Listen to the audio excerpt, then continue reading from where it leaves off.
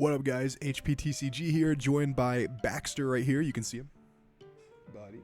He is not happy that I am playing some One Piece right now at 5 in the morning because it's our snuggle time. But what I'm going to show you is a going first Lucci deck that is incredibly powerful and really consistent from everything that I've seen, and I want to hear your thoughts on it. But overall, let me just explain real quick that going first I think is so much better with Lucci now, because if you can drop Sabo or the Nightmare Luffy on 5, and then on 7 you drop Jack, and then on 8 or on 9 you drop the Gecko plus like an Ice Age or something like that, it's unreal. It's really powerful, and I think it's just so much better than if you go second. So without further ado, let me transition.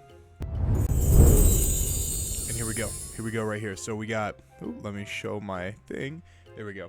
So we got, obviously Lucci, like I said, is leader. We have 2 Spandine, just to make sure that we can get the combo off with the Rebecca. We're playing 2 Brook. We are playing, just because it's also on the odd curve too. I think it's really good on the odd curve. And then we're playing 4 Khalifa. We're playing a total of 10 2K counters, obviously 4 Spandom.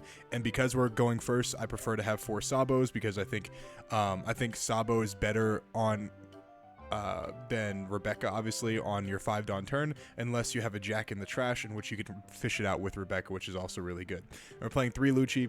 The reason we're playing 3 Lucci is because I want to play 4 Jack. I think it's like this deck thrives if it gets Jack on 7. So if it gets Jack on 7, then it's better than having like 4 Luccis. Plus Lucci searchable, so it's like we don't exactly need 4 Luccis. We have plenty of ways to fish it out of the trash. We have plenty of ways to find it off of a Spandine, and we mill so much that eventually we're going to see a Lucci in the trash, but we don't exactly need Lucci like right on curve. Whereas Jack, I feel like we do need it on curve for this deck to get the most value out of its character package.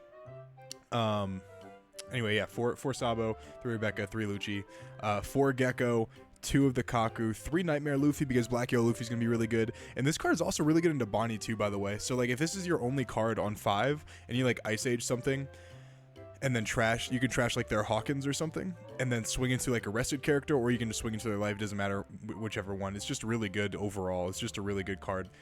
Like I said, 4 Jack, 4 of the Who's Who. We're playing 10 2K counters. I've always been a big fan of 10 2K counters with this deck. Then we're playing 2 Helmeppo, of course, 4 Ice Age, 1 6 King Pistol, because we're playing a decent amount of dead cards. We're playing 3 Lucci, we're playing 4 Ice Age, and 4 Tempest Kick. So right off the bat, that's 11. And then we got 15 and then 19. So 19 dead cards, 1 King Pistol is totally fine. And then, like I said, the 4 Tempest Kick. So yeah, I'm going to show you guys a Reiju game, and I'm going to commentate it, and then let me know what you guys think. Alright, so right off the bat, I'll tell you that this matchup is a little bit cursed for Lucci, but what I look for against this deck in particular is Ice Age, because 1 Ice Age I know for a fact gets rid of Ichiji, and if I can just have an Ice Age, then I'm pretty much good to go. I just need like a Brook or a Lucci basically to capitalize on it. But he's going to go ahead and attack 5 into life right here, and then I'm going to go ahead and counter with the Rebecca. He's going to attack with Ichiji. I'm going to go ahead and take it. Still don't have the Rebecca I need, but I do find the Brook, so that's exactly why I decided to keep this hand right here. But instead, I'm a goofball. I decided to play the Sabo. I think the reason I decided to play the Sabo is because I wanted to cycle my hand a little bit, and then I also feel like I don't know why I didn't actually play the Brook right there. Funny enough. But yeah, maybe I should have played Brook, but maybe I wanted to establish the Sabo in this situation so I could protect the Brook better next turn whenever I drop it. And that way I can get the most use out of my Ice Age. But I don't know. That's actually a very questionable play by me, so I apologize, guys. I was actually, I feel bad, but I was playing Yu Yu Hakusho, or I was watching Yu Yu Hakusho basically the entire time I was like playing this game. So I think it was like the Dark Tournament going on, and I was a little bit distracted. So that might have been the reason why I didn't do that. But I definitely should have established the Brook right there for sure. But this guy goes ahead and swings 8 into life and then 9 into life. So he bricked pretty hard, which in my opinion is like kind of what Reiju does. If you don't open up like really good with Reiju, you just brick really hard. And I decided to counter this, even though I really didn't want to, but I didn't want to play like heavily into putting the next turn, because I did have Jack and I wanted to establish Jack pretty soon, and I did have 2 Ice Age, and I know I wasn't going to play into putting at that point, but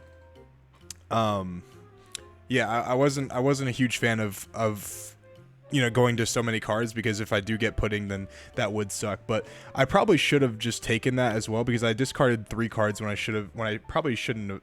I probably didn't need to, because if he played pudding next turn, then he's probably not doing a whole lot with the rest of his Dawn. So yeah, maybe there's an argument to play, and there's pudding right there, actually, funny enough. But yeah, maybe there was an argument to take it and like force him to play pudding, but I'm not entirely sure. I really liked my hand, so I wanted to keep it, because I had answers for a lot of the things that he had. And in this game, I'm pretty sure for this game I didn't see Helmeppo like a single time, unfortunately, which is like pretty devastating. But he's gonna go into Reiju. Reiju is going to draw him 2 cards, or technically 3 cards, because he has his leader effect. But basically with this matchup, guys, is you want to, and then he goes into Porsche, which is really good too. I think he goes Porsche into Ichiji, but I'm not sure.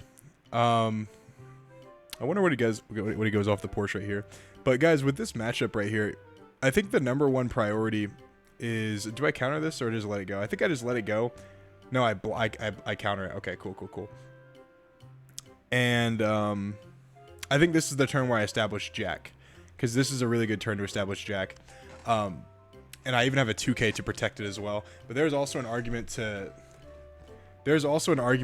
play the Rebecca here, and then like maybe play like Lucci or something like that, but like in clear board with like an Ice Age. But I felt like that was a little bit of a waste, and I wanted to establish a big body. But against Reiju, guys, what I find is like the most successful route to beating him is just to establish bodies that they can't easily get off the board, and then hopefully you can do that before they overwhelm you with like Ichijis, and then also hopefully you do that before they overwhelm you with like Judges, for that example. But he's gonna go ahead and play Sora. Sora's gonna trash an Ichiji, and then get back probably the 4-cost Ichiji as well. Yep. And then he's going to go ahead and play Porsche. Porsche is going to Dawn -1, get no cards to draw, play the Ichiji from hand, minus the Jack. Maybe it was a mistake turning the Jack sideways. I didn't think about the Ichiji. Or maybe I did, but I had the counter. And I was like, I have a Sabo worst case scenario, but because, now it's minus, he has 3 Dawn, he can make 3 attacks, or 2 attacks on it. I feel like it was just a waste to unload my hand right there. And right here, I'm going to go ahead and take it. I'm going to go ahead and trigger the... No, I'm going to not trigger the Tempest Kick, because I know that I have the Lucci in hand.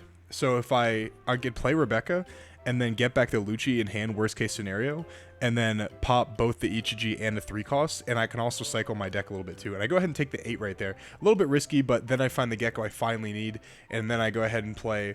Tempest Kick. If I had a Helmeppo right here, I actually would have wiped his entire board off the face of the earth, because I would have gone 5 into his life, and then 4 into his life with Brooke, popped the the Porsche, and then I would have played Helmeppo. Helmeppo would have targeted the Reiju, and then I would have Lucci popped both the Reiju and the Ichiji. But I did not have Helmeppo in this situation. It was a little unfortunate, so I go ahead and just pop the Ichiji either way. And my computer just froze. Give me a second. Okay, cool. Yeah, then I go ahead and play Gecko.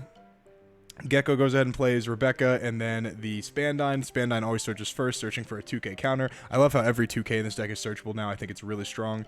Who's also a really good trigger to have. I go ahead and get Spandine. Spandine goes ahead and uses card action to put 3 cards to the bottom of the deck. 3 CP cards, and then those cards are going to bring back a Lucci.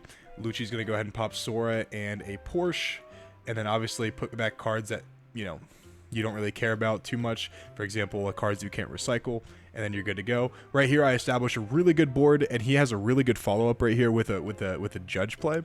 And I thought I was kind of screwed when he played Judge right here, because I was like, damn, like, I don't know if I can kill him before he can kill me. This is a really intense game. But he goes ahead and discards 2 2Ks, which gives you a lot of knowledge that basically his whole hand is 2Ks, unfortunately. But he goes ahead and draws a card off the Reiju leader effect after he Dawn minuses. Goes ahead and plays Niji. Niji bounces back my Lucci to my hand. I think there's an argument to bounce back the Rebecca and then swing into the Lucci. That's personally what I would have done, but he doesn't do that. I decided to let the Brook go too, I'm pretty sure. I let the Brook go because I don't have any cost reduction anyway. I need to save as much counter as humanly possible. And I decided to counter with the Nightmare Luffy as well because I don't have enough time to establish it anymore either. And right here, because he discarded 2 2Ks, I know his hand is probably full of 2Ks, so going for game is probably not the best route, but I want to bait out as many cards as possible. And if he does play into it, then maybe I could kill him. I'm not entirely sure, but I probably can't kill him to be fair. So I go 6 into life right here. He takes a while to counter, so I was thinking maybe he baited me into thinking he has more counter than he actually does. Because if he gives me 2 1Ks here, I just go I think 9 into his Ichiji with the Gecko. But I think I end up doing that anyway, because I was like, I can't kill him anyway, so let's see if he has the answer. I want to get some pressure off me. That way I can try to survive the next turn. But because of this, because I'm going to go Rebecca into Sabo to get some blockers, I needed all 9 Dons, so I couldn't even swing 7 into this guy. But he gives me every single card from his hand to protect his board. I go ahead and get Sabo, and then I play Sabo, trashing Lucci, and at this point I have 3 2Ks and a 0-cost event with 2 blockers and a life. Now, realistically, I think this guy probably should have just... He made a really big misplay right here, by the way, not... thinking he had an Ichiji in the trash, or I'm sorry, a Niji in the trash, but he didn't. So he swings 7 into life right here. I think he should have just swung into my board, because I think that would have been... maybe not, actually, I'm not sure. But I'm trying to figure out how, like, what the math is on this, if I can survive this or not. Because if I counter too early, then he can turn his attention to my board, and I might not be able to win. But if I don't counter early, so I go ahead and take it. I'm like, okay, I can soak up the judge attack with the Rebecca. I can counter and block out of the Ichiji attack, and basically I just need to be able to counter the Reiju and the I'm sorry, both the Reijus. And at that point, I feel like I just automatically won. So I go ahead and give him the 0-cost pen plus the Ice Age. And then all I need to do here is basically counter out of 1 attack, and I have plenty of counter in hand. So he swings 6 into life. I go ahead and... he swings 7 into life. I go ahead and give him the Sabo plus the 2K. And then he's going to go ahead and swing 6 into life. I'm going to go ahead and give him the 2K. And then he's going to swing 8 into life, which I'm going to block with Rebecca. And then I pretty much just win the game. But yeah, let me know what you guys think, and I'll see you guys on my next one. And peace.